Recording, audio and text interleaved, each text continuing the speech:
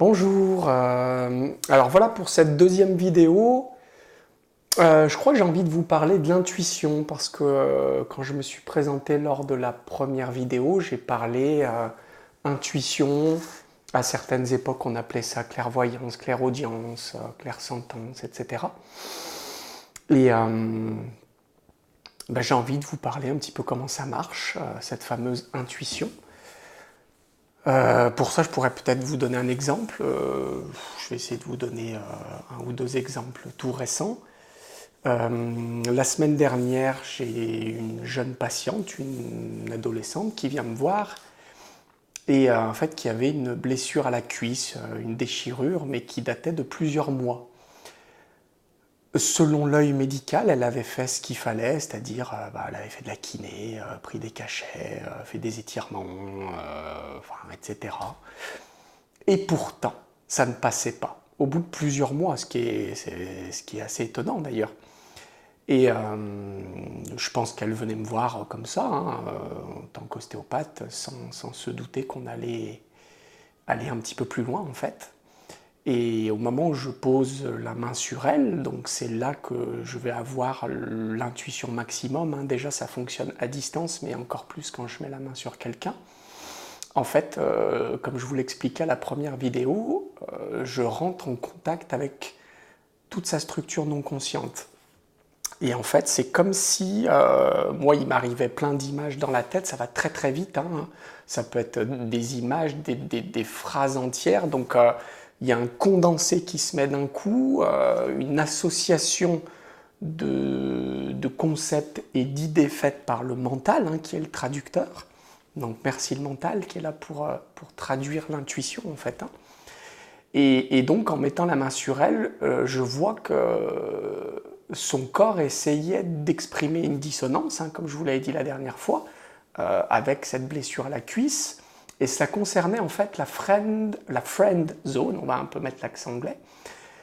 Moi, c'est ce qui m'arrive en tête, je vous le fais un peu bref. Donc, qu'est-ce que la friend zone? Pour ceux qui ne connaissent pas, on va prendre un exemple. Imaginez un garçon qui essaie de séduire une jeune fille pour qu'elle devienne son amoureuse. Il va faire en sorte qu'elle s'intéresse à lui, etc. Et au bout d'un moment, quand il lui déclare sa flamme, la jeune fille va lui dire: mais non, mais en fait, je veux juste être amie avec toi, friend zone. Donc c'est un problème que rencontrent peut-être plus souvent des garçons, mais aussi les jeunes filles, d'être tenus dans la friend zone. Ça a été toute l'histoire d'une partie de ma vie où j'étais toujours le bon copain de ces demoiselles en fait. Elles aimaient bien m'avoir comme copain, mais pas comme chéri. Ça n'a pas été simple d'ailleurs dans l'adolescence. Donc en fait, cette jeune fille, en gros, sa problématique, c'est qu'elle avait vécu une histoire d'amour qui lui avait un peu brisé le cœur. Et depuis, elle maintenait tous les garçons en friend zone, c'est-à-dire qu'elle ne voulait plus se réengager. Bien sûr, consciemment, elle avait envie de retrouver un amoureux, comme toutes les jeunes filles, mais je vous rappelle que la vie prend la forme de notre inconscient, et au niveau non conscient, en fait, elle ne voulait plus se réengager. Elle voulait ne plus avoir mal, en fait. C'est une histoire émotionnelle. Et donc son corps venait, comme un témoin, lui rappeler que la vie, ça allait être ça tout le long, en fait. La vie, ça fait parfois mal, c'est parfois difficile. Et il faut accepter de rebattre les cartes. Et en fait, quelque part, il y avait quelque chose qui ne voulait plus rebattre les cartes. Donc je lui ai expliqué tout ça. Alors bien évidemment, on me regardait avec des billes comme ça parce que ça lui parlait forcément, c'est ce qu'elle était en train de vivre. Et, et ça l'a même touché, émotionnellement, il y a beaucoup de choses qui sont remontées. La peur d'avoir mal, en fait, la peur de vivre de la douleur sentimentale. Et je ne me fais pas de soucis pour elle. Je sais que maintenant, elle va pouvoir guérir. Alors, ça n'exclut pas qu'elle va devoir encore refaire quelques exercices d'étirement, des choses pour accompagner son corps. Mais ce qu'il fallait, c'était identifier la problématique profonde. Je vous donne un dernier exemple. Aujourd'hui, j'ai une dame qui vient me voir et en fait, qui a des maux de tête non identifiés depuis des années, depuis plus de 10 ans. Et les médecins pensent que c'est pas des migraines, que c'est pas possible. Donc elle a fait tout un tas d'examens, pris bien sûr tout un tas de cachets, codéinés. Donc je vous dis pas le foie, ce qui se ramasse, les intestins. Mais elle ne fait que tenter de faire taire le corps. Alors que je vous rappelle, le symptôme est la solution.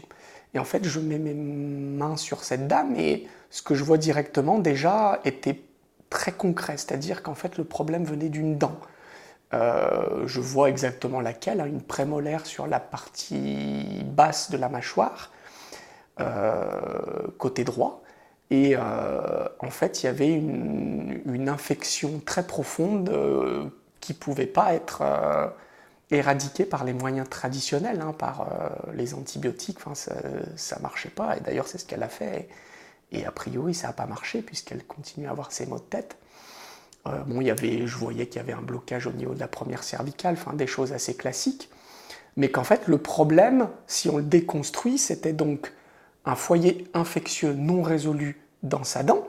Donc je lui demande, elle me dit, bah oui, exact, j'ai eu une nécrose de cette dent il y a 2 mois, très grave, extrêmement douloureuse. Et en fait, je lui dis, mais la nécrose était le résultat de quelque chose qui était là depuis bien longtemps. En fait, le foyer infectieux était là depuis très longtemps. Et il a fini par tellement dégénérer que ça, c'est devenu très visible et très douloureux, ça a nécrosé la dent. Mais en fait, le foyer infectieux était là pour parler d'une infection bien plus profonde, en fait, une infection au niveau émotionnel, on pourrait dire. Et en fait, moi, ce que je voyais, c'est que la maman de cette dame avait dû faire une fausse couche avant d'avoir donc ma patiente, cet enfant. Et du coup, ma patiente portait l'énergie d'une enfant non désirée. Donc je lui pose la question sur ce que je percevais, si ça lui parlait. Donc elle me dit, bah oui, ma maman a fait une fausse couche juste avant moi. Et, et je lui explique qu'elle avait l'énergie d'une enfant non désirée. C'est-à-dire, bon, je vous expliquerai ça peut-être dans une autre vidéo, l'enfant non désiré, parce que c'est un gros morceau. Ça n'a rien à voir avec ce qui est conscient, c'est-à-dire qu'il y a des enfants non désirés qui sont choyés par leurs parents, voulus par leurs parents, donc c'est sur une question qui est plus profonde, non consciente. Et cette dame pleure direct quand je lui dis ça, parce que ça y est, il y a de l'émotionnel qui était touché. Et en fait, moi je lui dis, bah, écoutez, vous avez élaboré des stratégies à partir de cette souffrance. Donc d'abord garçon manqué parce qu'a priori les parents avaient projeté un garçon, c'est exact. Ensuite la stratégie de se faire aimer de tout le monde, devenir ce qu'on attend d'elle mais pas elle, donc avec toutes les souffrances que ça peut impliquer dans l'adolescence et dans la suite.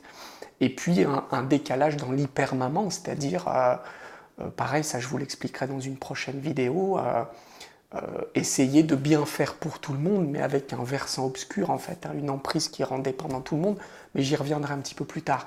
Mais du coup, vous voyez ça de façon analytique, j'aurais jamais pu le savoir. Enfin, je suis pas enquêteur, voilà.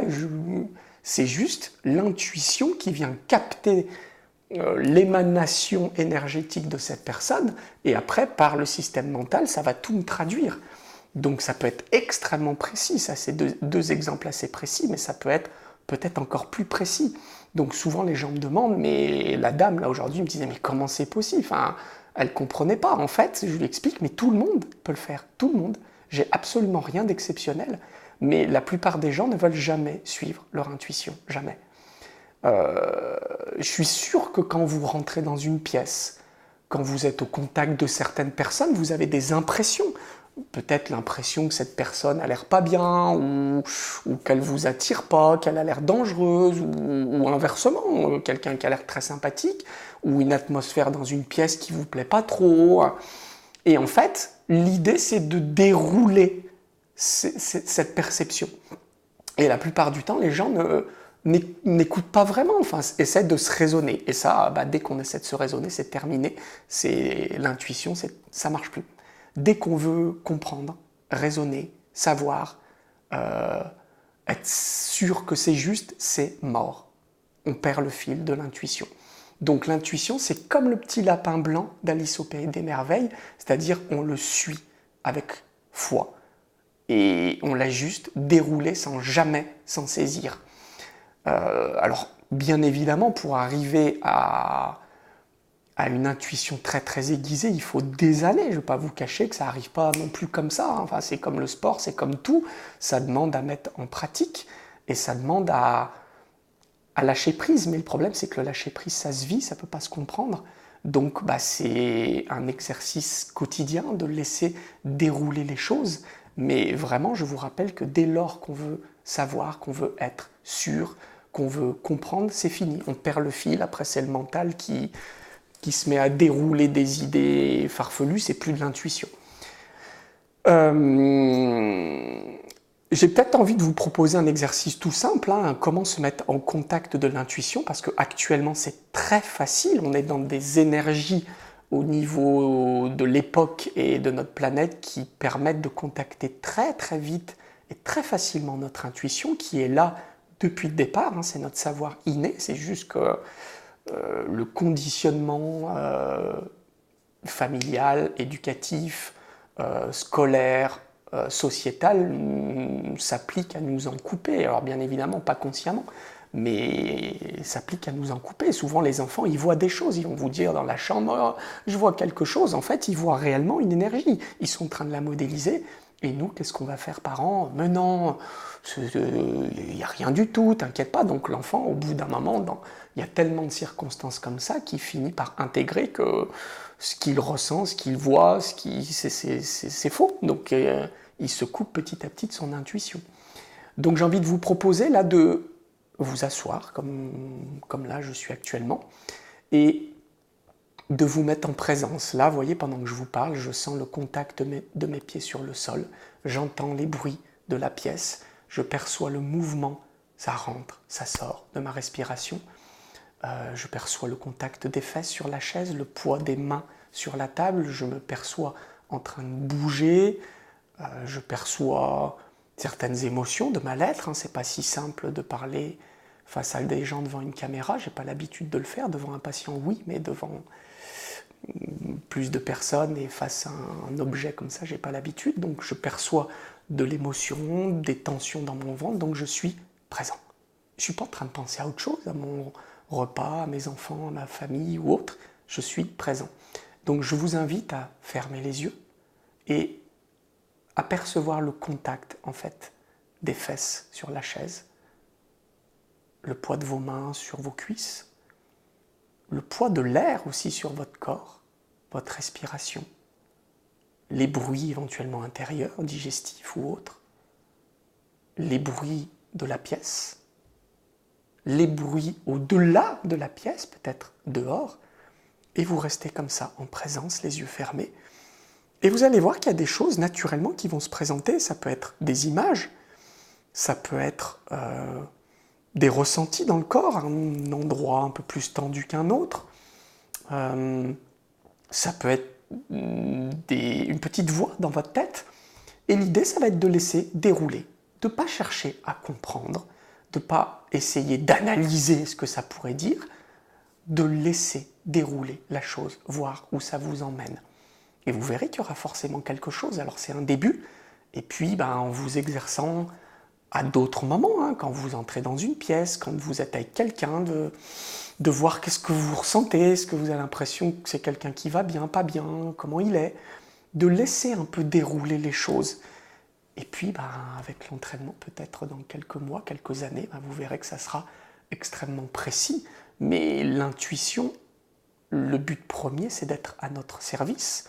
Parce que moi, en fait, ce que je perçois sur les patients, c'est d'abord à mon service, puisque c'est des miroirs qui sont pour moi-même, en fait. À chaque fois, c'est pareil, je vous l'expliquerai peut-être dans une prochaine vidéo. Donc, l'intuition est avant tout à notre service. C'est pas là pour être intrusif, pour faire le détective, le mentaliste. Une fois, j'avais un petit garçon qui m'avait dit « Mais tu pourrais être mentaliste ?» Oh, oui, probablement, en m'exerçant un peu dans la façon de penser des mentalistes, je pourrais même être plutôt très doué. Alors bien sûr, quand je vous dis ça, il y a des gens qui vont se dire « Oh là là, alors lui, l'humilité, pas trop. » En fait, l'humilité, c'est pas ça. L'humilité, c'est être à sa place, juste. Et être à sa place juste, c'est reconnaître aussi ses qualités, ses compétences. Et il y a trop de gens, j'en ai fait largement partie à une époque, qui se cachent derrière une fausse pudeur, une fausse humilité. Donc oui, j'ai une intuition extrêmement aiguisée, c'est comme ça. J'aurais certainement pu être un mentaliste très doué. Et voilà, ça n'est pas une comparaison par rapport à d'autres, c'est juste une reconnaissance de cette qualité. Parce que quand on se reconnaît, on s'aime. Et quand on s'aime, en général, tout va bien dans la vie. Voilà, j'avais juste envie de vous parler un petit peu de l'intuition. J'espère que ça aura été à peu près clair. Et peut-être que je serai amené à développer un peu plus cette partie dans une prochaine vidéo. Allez, ciao tout le monde!